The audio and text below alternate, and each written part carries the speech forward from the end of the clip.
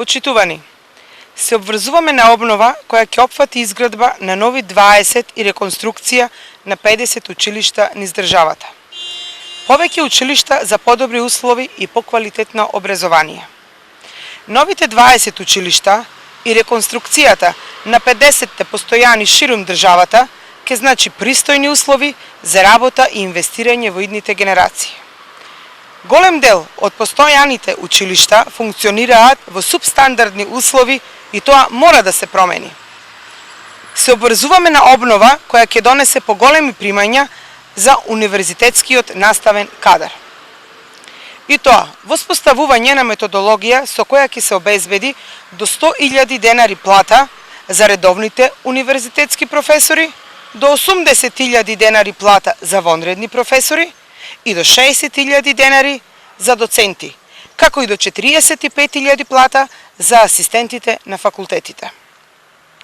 Квалитетното високо образование подразбира инвестирање во подобри услови за работа, средства и други лабораториски ресурси, но и мотивиран кадар. Токму со оваа мерка ќе се стимулира квалитетот и мотивацијата на универзитетскиот наставен кадар. Односно, плата до 36.700 денари, согласно колективниот договор, кој е важечки и кој оваа влада не го исполни, односно предвиденото зголемување кое го скрати. Почитувани, се обврзуваме на обнова која ќе опфати средно стручно образование во функција на стопанството, односно дуално средно стручно образование.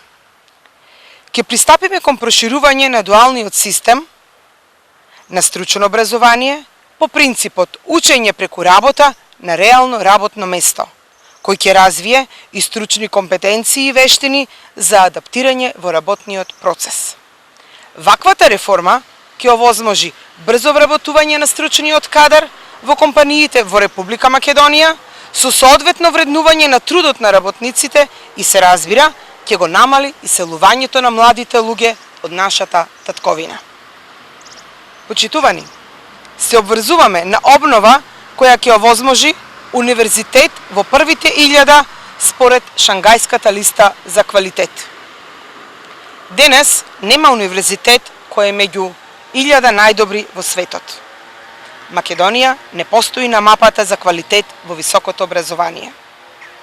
Се обврзуваме на обнова која ќе донесе зголемување на инвестициите во образованието од 3,7% на 7% од БДП, што ќе значи повеќе пари во образованието. На образованието му е неопходна обнова. Почитувани, на 15 јули, заедно за обновено образование.